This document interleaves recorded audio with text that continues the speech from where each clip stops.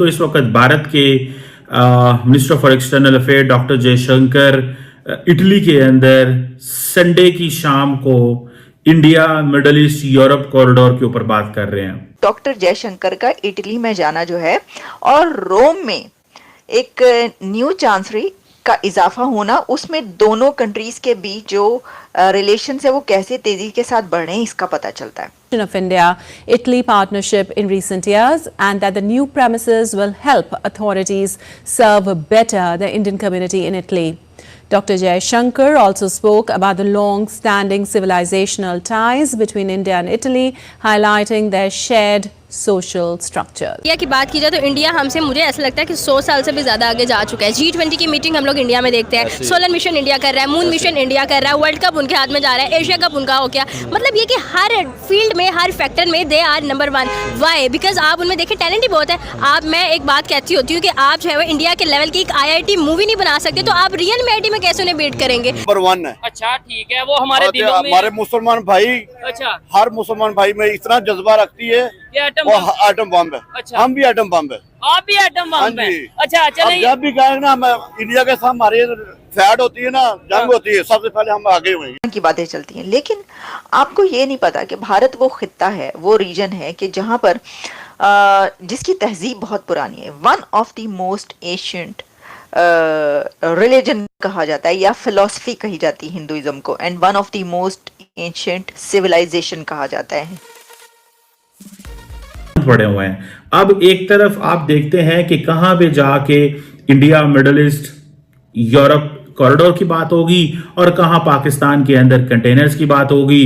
Belarus जो है उसके फॉरेन मिनिस्टर, उनका 65 मेंबर का जो डेलीगेशन है वो पाकिस्तान पहुंचा। पाकिस्तान की हुकूमत पता नहीं उनको कौन सी सड़कों से या हेलीकॉप्टर के जरिए कहां से किधर ले गई है, कोई पता नहीं है, किसी किस्म का कोई समझ नहीं है कि वो लोग कहां पहुंचे हैं। बिकॉज ये समझ नहीं आ रही कि पाकिस्तान इस वक्त कैसे चल रहा है। अभी जयशंकर वहां पे बैठ के इंडिया की एशिया यूरोप की कनेक्टिविटी कर रहे हैं, लेकिन पाकिस्तान जो है वो अपने अंदर ही कनेक्ट नहीं है इस वक्त, लाहौर इस्लामाबाद से कनेक्ट नहीं है। देखें, जो लीडरशिप होती है वो बात करती है तो पता चलता है कि वो सोच क्या रहे हैं। जयशंकर ये कह रहे हैं कि जो गल्फ ऑफ ईडन है, हम वहां पे कोऑर्डिनेट कर रहे हैं कि कैसे हम अपनी ट्रेड को बढ़ा सकते हैं। इटली जो है वो उसको इतना इंपॉर्टेंट समझते हैं कि वो समझते हैं कि हमारी commerce, trade, India middle east economic Europe corridor की जो बुनियाद है वो इटली के साथ ही रखी जाएगी।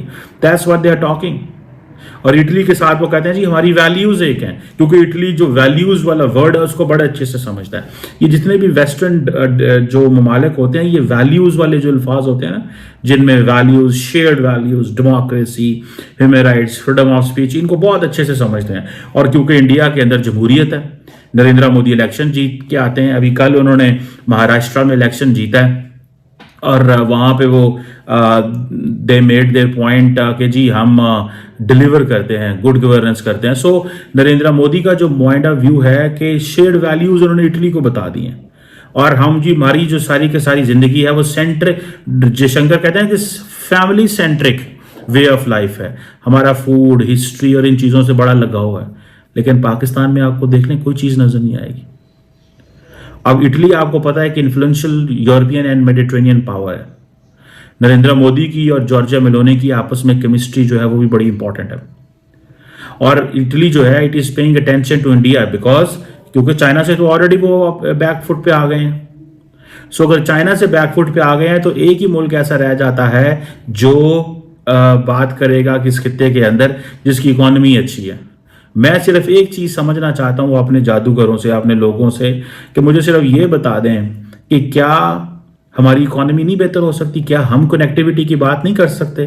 क्या हम BRI जिसकी चाइना ने हमें बात की, क्या हम उसकी कहानी नहीं सुना सकते? क्या हम CPEC की बातें नहीं कर सकते? क्या हम कनेक्टिविटी की बातें नहीं कर सकते? क्यों हमें आज हमारी जो सिचुएशन है वो इस तरह की है? हमें कुछ सवाल बताए ना कि क्यों हमारा मजाक उड़ाया जा रहा है कि जी ये तो कंटेनरिस्तान है। पाकिस्तान है ना तो वो कहते हैं कंटेनरिस्तान है। मुझे रिसेंटली एक डिप्लोमेट ने कहा Islamabad is no more Islamabad, is container आबाद। यहाँ पे कंटेनर ही कंटेनर होते हैं। You can not move from one road to another. कभी भी कम नहीं हो सकता। हमें जो है वो इस चीज़ को खुद करेक्ट करना है। तो पुलिसियों से सीखते क्यों नहीं, अपने नेबर कंट्री से क्यों नहीं सीखते? जैसे देखिए, मैं आज इंडिया की बात कर रहा था, उनके जयशंकर फॉरेन मिनिस्टर जो वो कॉन्फिडेंस लेवल से कह रहे हैं कि दुनिया को हमारा शुक्र अदा करना चाहिए कि जैसे हमने इन्फ्लेशन, जैसे हमने रशिया से दबाव में नहीं आकर तेल भी खरीदा जब यूक्रेन की वार चल रही थी, हमने सारा कुछ किया, तो आज इन्फ्लेशन रेट जहाँ दुनिया में कम हुआ है, कहीं ना कहीं हमारा इसमें रोल है, दुनिया को हमारा थैंक करना चाहिए। लेकिन आज हम जो है वो पुलिसियों से सीखते नहीं, आज भी हम वो अकड़ में और उन चीज़ों में चल रहे हैं। बिल्कुल ऐसा ही है। देखें, अगर इंडिया की बात की जाए तो इंडिया हमसे, मुझे ऐसा लगता है कि 100 साल से भी ज़्यादा आगे जा चुका है। G20 की मीटिंग हम लोग इंडिया में देखते हैं, सोलर मिशन इंडिया कर रहा है, मून मिशन इंडिया कर रहा है, वर्ल्ड कप उनके हाथ में जा रहा है, एशिया कप उनका हो गया। मतलब ये कि हर फील्ड में, हर फैक्टर में they are number 1। Why? Because आप उनमें देखें टैलेंट ही बहुत है। आप, मैं एक बात कहती होती हूँ कि आप जो है वो इंडिया के लेवल की एक IIT मूवी नहीं बना सकते, तो आप रियल में IIT में कैसे उन्हें बीट करेंगे? हमारे ये है कि थे मुंडा 19 साल का होंदा नहीं तो उन्होंने आशिकी में शुकी दे चक्रा च पैदा नहीं। ठीक है, इंडिया में भी ऐसा है, लेकिन इसका रेट बड़ा कम है। आप देखें, इंडिया में रेप केसेस सबसे ज़्यादा है क्योंकि इंडिया के बाद यहाँ पे शुरू हो गया है, लेकिन फिर भी उन्होंने अपने निज़ाम को इस तरह से इस्टेब्लिश किया हुआ है कि नो, आपने कहा स्लम एरिया एकदम था, दिल्ली की बात की जाए, मुंबई स्लम था, लेकिन अभी उन्होंने बहुत चीज़ों को कंट्रोल करना शुरू किया। जैसे क्योंकि उनके PM ने खुद आकर कहा कि बेटी पढ़ाओ बेटी बचाओ, इसका मतलब तहरीक उनकी थी कि यार जो चीज़ें गलत हो रही हैं उनको बेहतर किया जाए। बिल्कुल ऐसा ही है। अब ये मोदी वही है ना जो कि चाय भेजा करता था और कहाँ से वो कहाँ जो है वो मुल्क को ले गया। हम लोग बात करें ऐसी नवाज शरीफ कहते हैं वो लोहार थे, भाई लोहार थे तो क्या हुआ? If they can do better तो हमें जो है वो आगे लाना चाहिए। हम कोई ऐसा क्यों नहीं लाए चाय बेचने में? 76 साल में आप कह लें कि कोई भी ऐसा वज़ीर आज़म नहीं है जिसने 5 साल पूरे, कम से कम जो है वो 2 हफ्ते का जो है वो वक्त था और मैक्सिमम 4 साल का वक्त था। और ये वो जमहूरी निज़ाम है जहाँ पे जमहूरियत को कभी ऊपर आने ही नहीं दिया गया, क्योंकि इन्हें पता है जिस दिन जमहूरियत ऊपर आ गई उस दिन तो हमारा मुल्क तरक्की कर जाएगा। फिर ये बैठ के करप्शन कैसे करेंगे? अगर हमारे बड़े करप्शन कर रहे हैं, हम भी तो यही करेंगे ना।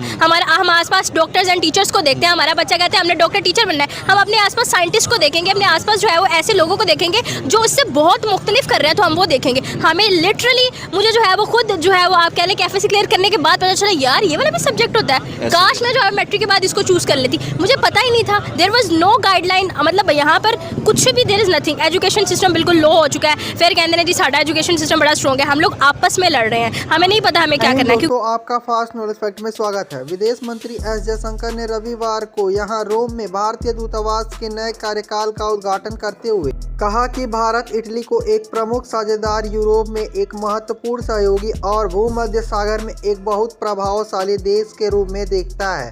3 दिवसीय यात्रा पर आज यहां पहुंचने पर जयशंकर ने यह भी कहा कि दोनों देशों के बीच विभिन्न स्तरों पर लगातार बातचीत उनके द्विपक्षीय संबंधों की गहराई और व्यापकता का संकेत है।